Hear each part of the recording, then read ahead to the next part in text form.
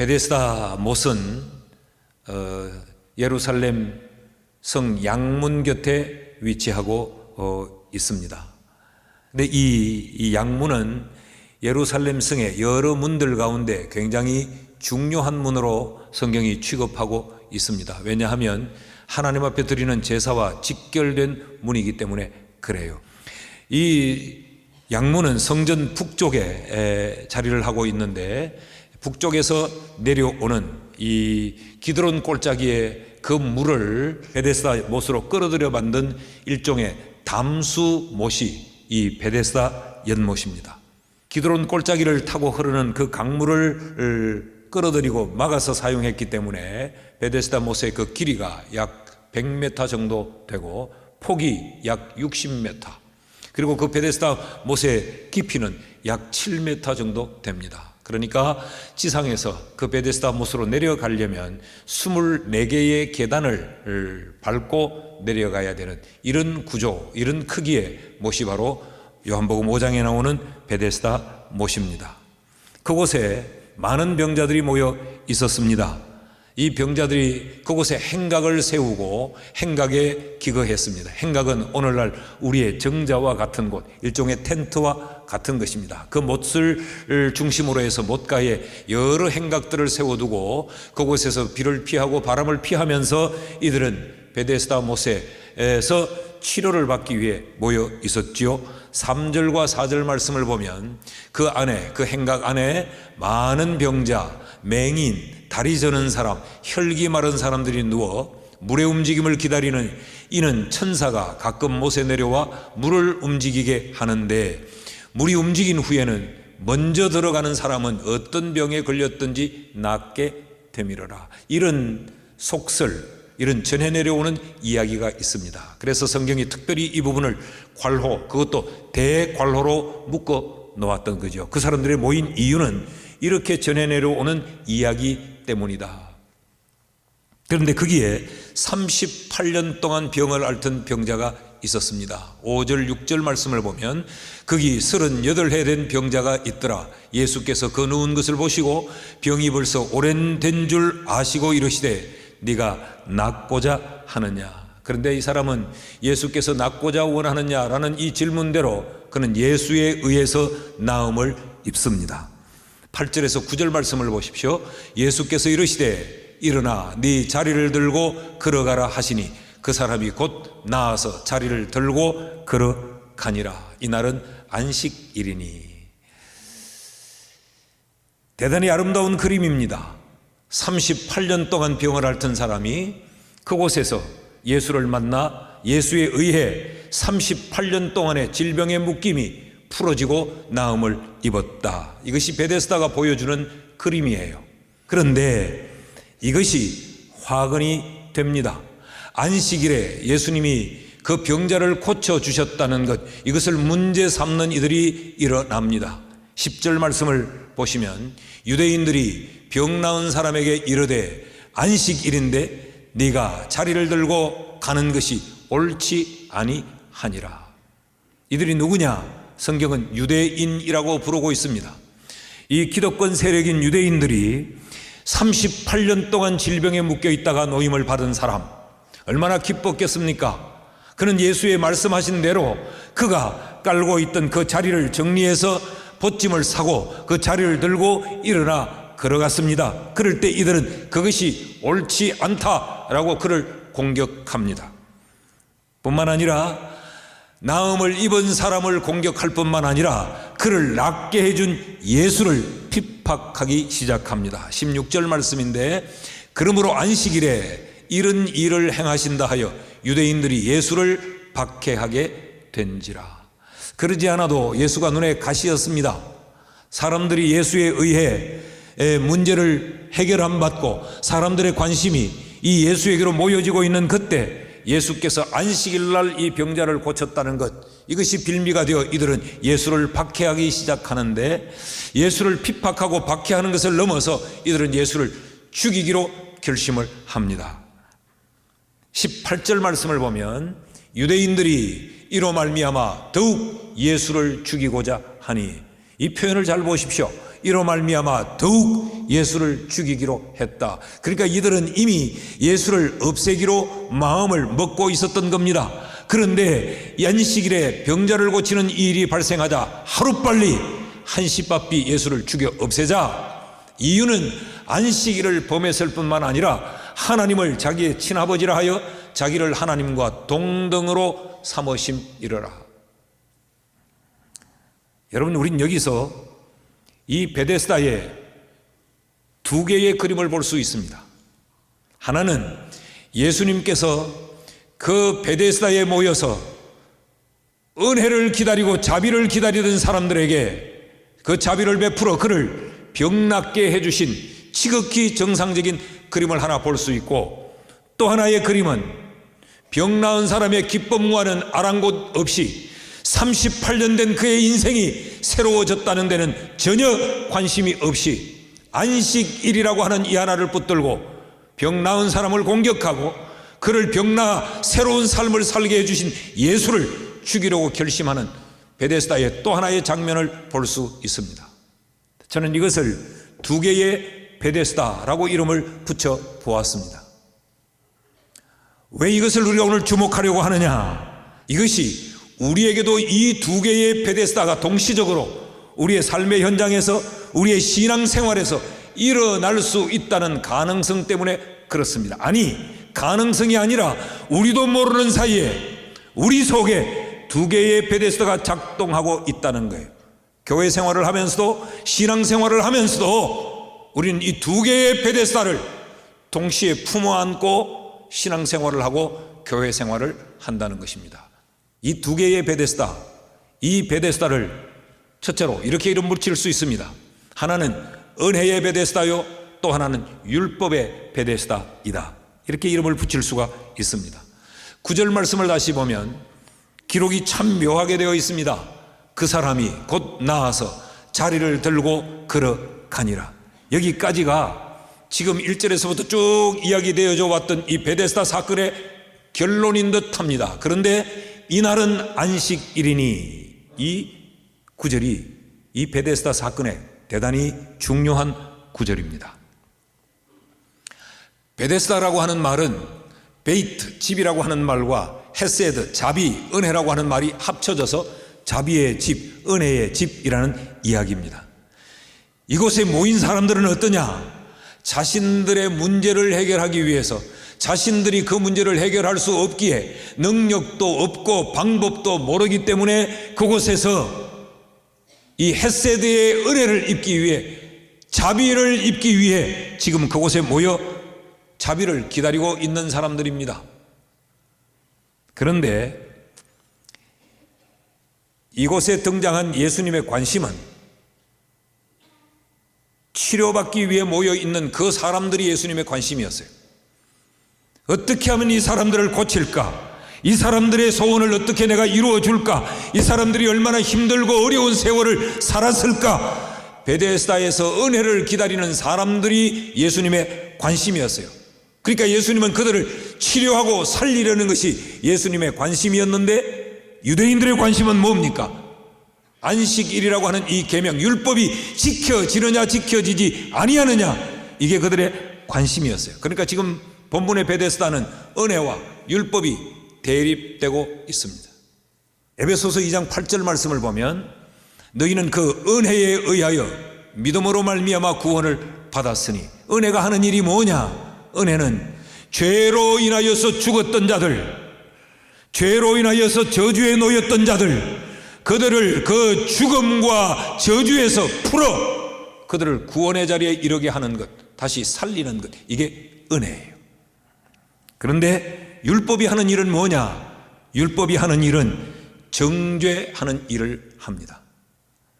로마서 5장 13절 말씀을 보십시오.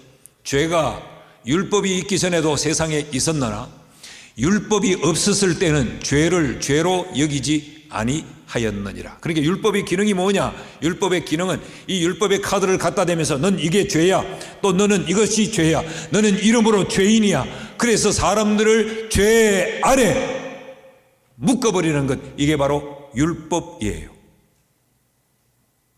그래서 결국 이 율법은 죄로 말미암아 우리를 어디로 데리고 가느냐? 사망의 자리로 데리고 갑니다. 이유는 죄의 삭시 사망이기 때문에 그렇습니다. 로마서 6장 23절 말씀을 보면 죄의 삭은 사망이요 하나님의 은사는 그리스도 예수 우리 주 안에 있는 영생이니라. 그러니까 율법은 우리를 죄 가운데서 살려내는 것이 아니고 우리로 하여금 죄를 발각하게 만들어서 죽음의 자리로 몰아넣는 것이죠. 그러니까 율법만으로는 우리가 구원에 이를 수가 없어요. 이 율법의 자리에 반드시 필요한 게 뭐냐? 은혜입니다. 그래서 예수 그리스도가 우리를 위해 십자가를 지고 돌아가신 겁니다. 로마서 5장 8절 말씀을 보면 우리가 아직 죄인 되었을 때에, 이 말은 우리가 죄에 묶였을 때에, 우리가 죄의 값으로 죽었을 때에, 우리가 죄로 인해 저주에 놓여 있을 때에 그리스도께서 우리를 위하여 죽으심으로 하나님께서 우리에 대한 자기의 사랑을 확정하셨느니라. 우리가 죽어야 됐는데 예수 그리스도께서 율법에 묶인 우리를 자유하게 하기 위해 율법을 충족시키려고 예수님이 대신 십자가를 지시고 죽으셨다라는 거죠.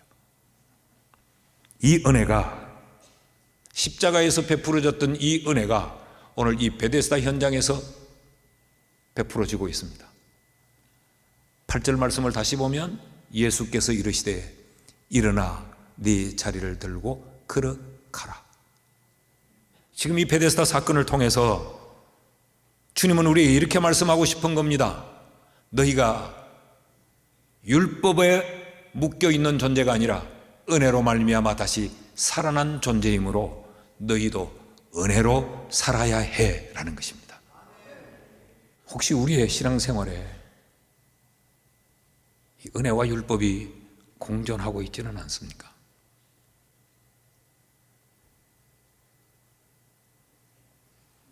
여러분, 우리는 어떻게 살아야 되느냐?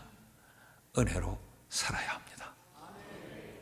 은혜 아니면 내가 쓸 수도 없고 내가 할 수 있는 게 아무것도 없어요. 38년 된 병자, 그가 베데스다 목가에 은혜를 입기 위해 거기 있었지만 예수가 오지 않았으면, 예수의 은혜가 그에게 임하지 않았으면 그가 어떻게 일어설 수가 있었고 그가 어떻게 자리를 들 수가 있었으며 38년의 그 인생을, 지긋지긋한 그 투병의 생활을 어떻게 청산할 수 있었고 일어나 걸어가는 새로운 삶이 어떻게 그에게 가능했겠습니까? 은혜입니다. 은혜를 기억하십시오. 그리고 은혜를 구하십시오. 그리고 그 은혜를 힘입어 사십시오. 둘째로, 이 베데스다는 또 다른 모양의 두 개의 베데스다를 볼 수 있습니다. 하나는 운명의 베데스다가 있고 또 하나는 숙명의 베데스다가 있습니다. 베데스다 목가에 모인 많은 병자들에게서 본문은 한 사람 38년 된 병자에게로 초점이 이동됩니다. 여러분, 38이라는 이 숫자는 이 병자의 병이 얼마나 위중한가, 그리고 그 인생이 얼마나 피폐한가를 우리에게 보여주는 숫자죠. 그를 향해서 예수님이 이렇게 질문합니다. 6절 말씀인데, 예수께서 그 누운 것을 보시고 병이 벌써 오랜 줄 아시고 이르시되 네가 낫고자 하느냐. 이 질문이 좀 이상스럽지 않습니까? 예수님이 그가 누운 것을 보셨어요. 그리고 그 병이 오랜 줄 아셨어요. 그러신 주님이 그를 향하여 네가 낫고자 하느냐라고 물으십니다. 지금 이 사람이 어디 있습니까? 낫고 싶어서 베데스다 목가에 와 있습니다. 답이 자명한데 예수님은 그에게 네가 낫고자 하느냐라고 물으세요. 왜 물으셨을까? 이 질문의 의미가 뭘까? 이 병자의 대답을 보면 알 수 있습니다. 7절 말씀을 보면 병자가 대답하되 주여, 물이 움직일 때에 나를 못에 넣어주는 사람이 없어 내가 가는 동안에 다른 사람이 먼저 내려가나이다. 지금 이 사람은 베데스다 목가에 와 있으면서도 완전히 절망 중에 있습니다. 이 물이 만약에 움직인다 할지라도 나를 그 못에 넣어줄 사람이 없다. 그러니까 이 사람 스스로는 그 못에 들어갈 수 없었던 거지요. 만약에 내가 저 못에 물이 움직인다 할지라도 들어가려고 내가 몸부림을 치며 바둥거릴 때에 다른 사람들이 다 먼저 가버리나이다. 그러니까 이 사람에게는 방법이 없다는 겁니다. 그 물이 움직여도 자식이 먼저 들어갈 능력도 없다는 거예요. 능력도 없고 방법도 없어요. 그럼에도 불구하고 그는 지금 여기에 와 있습니다. 그러니까 이 사람은 지금 거기에 있지만 답이 없고 능력이 없어 절망하고 있습니다. 그래서 그가 처한 이 상황을 그는 숙명적으로 받아들이고 있는 거죠. 능력이 없는 걸 뭐 내가 할 수 없는데 뭐. 그를 향하여서 주님이 하신 말씀이에요. 네가 낫고자 하느냐. 여러분, 이 말씀의 의미가 뭘까요? 인생을 숙명적 사고를 가지고 살지 말라는 겁니다. 운명적 인생으로 운명의 개척자가 되라는 이야기입니다. 아니, 숙명이고 뭐고 운명이 뭔가, 숙명이나 운명이나. 여러분, 이 숙명은 잠잘 숙을 써요. 그러니까 숙명이라고 하는 것은 요지부동, 바뀔 수 없는 것, 이미 결정된 사항을 우리는 숙명이라고 말합니다. 근데 운명은 움직일 운, 나를 운을 써요. 운송한다 그러죠. 그러니까 얼마든지 바뀌어질 수 있는 것, 이미 결정되어 정지된 것이 아니라 움직여서 옮겨지고 바꾸어질 수 있는 처지, 그걸 운명이라고 말해요. 지금 38년 된 이 병자는 답이 없다. 바꿀 수가 없다. 사람이 없는데, 내가 못하는데. 예수님은 네가 낫고자 하느냐? 이 말은 바꾸어질 수 있다. 38년의 사슬을 끊을 수 있다라고 하는 의미예요. 이 사건을 통해 주님이 우리에게 던지는 메시지가 이렇습니다. 인생을 숙명적 사고로 살지 말라라는 겁니다. 38년이 아니라 어떤 상황에, 어떤 형편에, 어떤 처지에 처해 있다 할지라도, 네게는 방법이 없고 네게는 능력이 없다 할지라도 예수 그리스도의 은혜면 가능하다.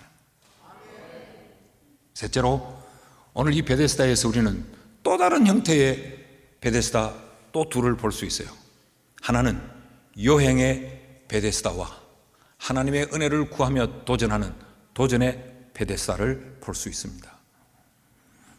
이 베데스다의 사람들, 이들이 지금 치료를 원하여 모여 있죠. 그런데 이들이 기다리는 내용을 다시 한번 주목해 볼 필요가 있습니다.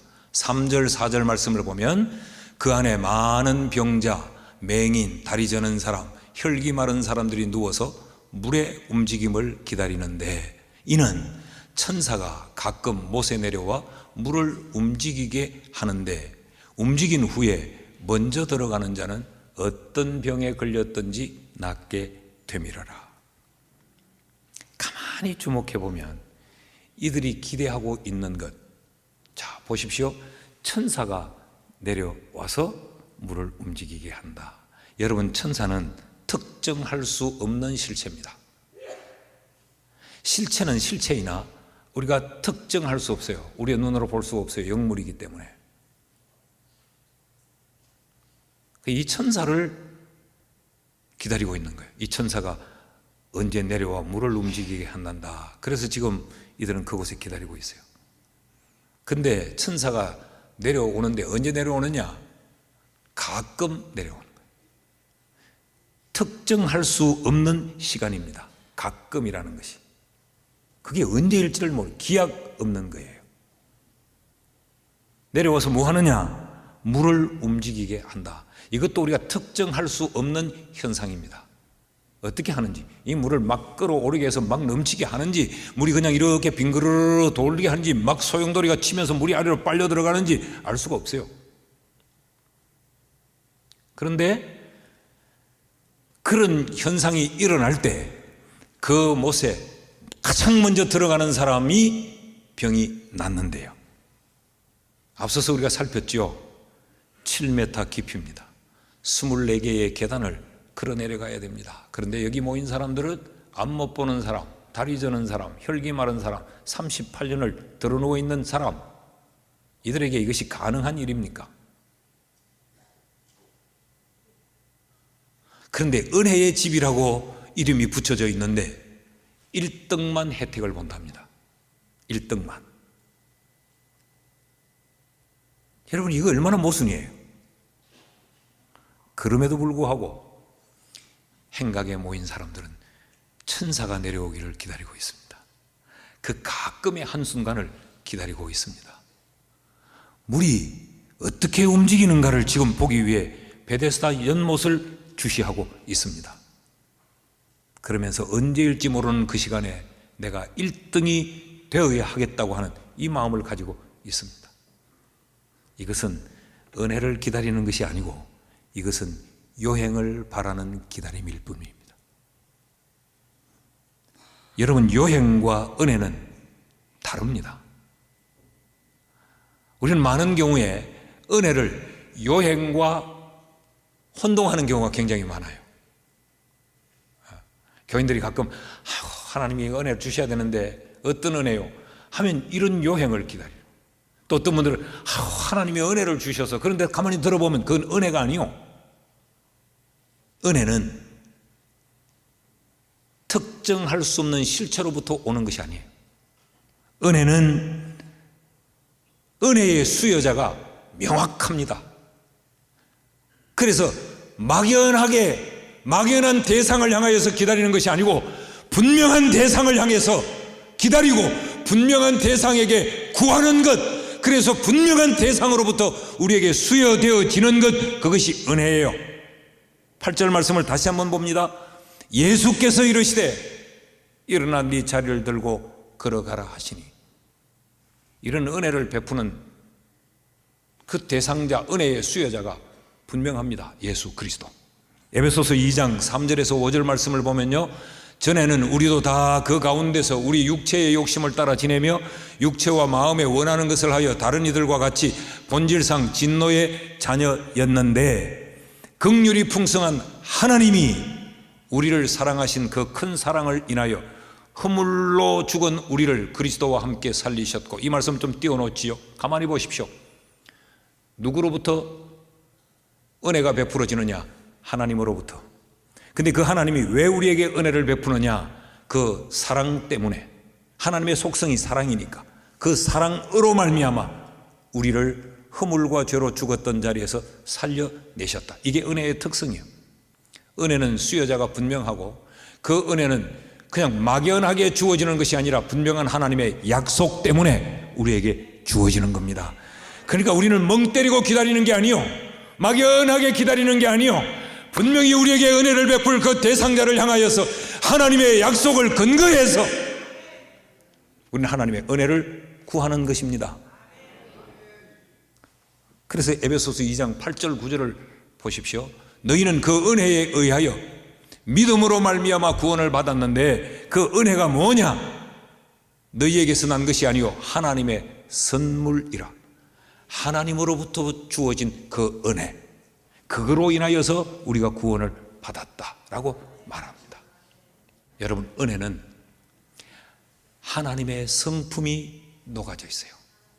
하나님의 주시는 은혜는 불법, 부당, 부정하지 않습니다. 누가복음 5장 32절에 보면 내가 의인을 부르러 온 것이 아니요 죄인을 불러 회개시키러 왔노라. 이것이 예수 그리스도에 오신 목적이죠. 그래서 은혜는 항상 하나님의 그 약속된 것이 전제되어 있고 사랑이신 하나님의 그 사랑의 발동이 은혜 속에는 늘 포함이 되어져 있는 거예요. 따라합시다. 은혜는 요행이 아니다. 그 은혜 속에는 약속된 하나님의 말씀으로 인하여 철저하게 하나님의 뜻이 내포되어져 있습니다.